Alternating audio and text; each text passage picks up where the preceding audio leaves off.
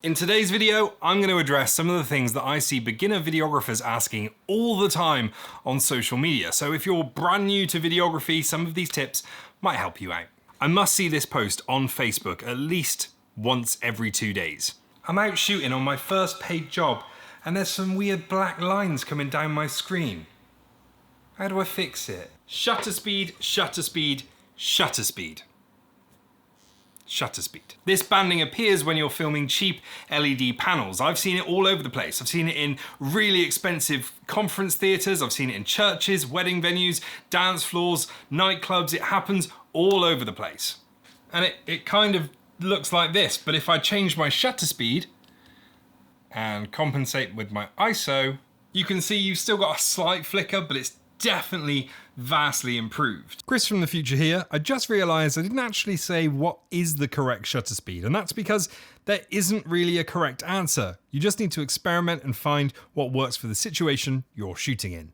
And with LED par cans like the one I've got sat up there, if you set the right shutter speed, then it should eliminate the problem entirely. Unfortunately, that one's quite an expensive one and I don't seem to have that issue. I tried to replicate the problem with light in here and I just don't have a light that causes me those problems, but I see it all the time. Hopefully that tip helps you out. Let's move on to the next one. I don't seem to have any control over my aperture. No matter what I do, the aperture won't change. I've tried turning the camera off, tried taking the battery out, nothing works.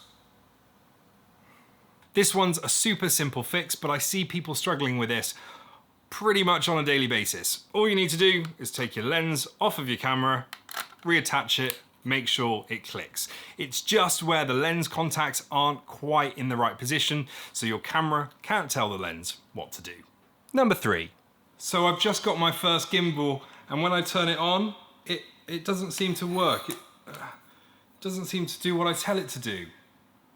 Is my gimbal faulty? No, you just haven't balanced it right.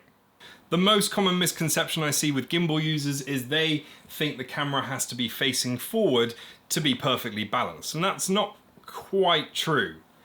You want the camera to sit wherever you leave it. If it's perfectly balanced, you should be able to point it in any direction and it should stay where you leave it.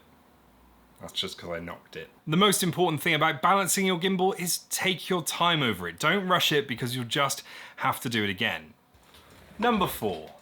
Again, this is another problem I see with people using gimbals, and it happens when you're using it in underslung mode. Every time I use it in underslung mode, my screen turns off. Super simple solution is the eye detection of your viewfinder. So if you cover that up with part of the gimbal, the screen's going to turn off. This happens with a variety of different cameras, not just Sony ones. I saw it yesterday with a Fujifilm that someone was using on a gimbal. Really simple problem, really simple fix. Bonus tip, if you ever work on a construction site or somewhere where you've got to wear a high-vis jacket, then that also happens with Sony cameras. I'm not sure whether it's across all brands, but definitely I've had it with Sony cameras where I put the high-vis jacket on and the monitor turns off. Really frustrating. Me again, so you have to manually set it to display on the monitor instead of automatically switch into the viewfinder. Tip number 5. Stop buying cheap LED panels, like this one. Because they suck.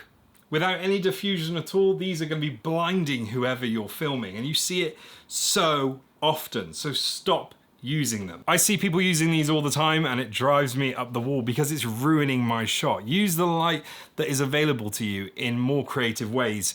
I'd much rather do that than stick one of those on top of my camera. And there you go, they are my top 5 tips for brand new videographers. I hope they've helped you out. I hope they've saved you a bit of time and frustration along the way. And if they did, hit the like button, hit the subscribe button. I'll see you again. Someone just hit the subscribe button as I said that. How cool is that? See you again really soon.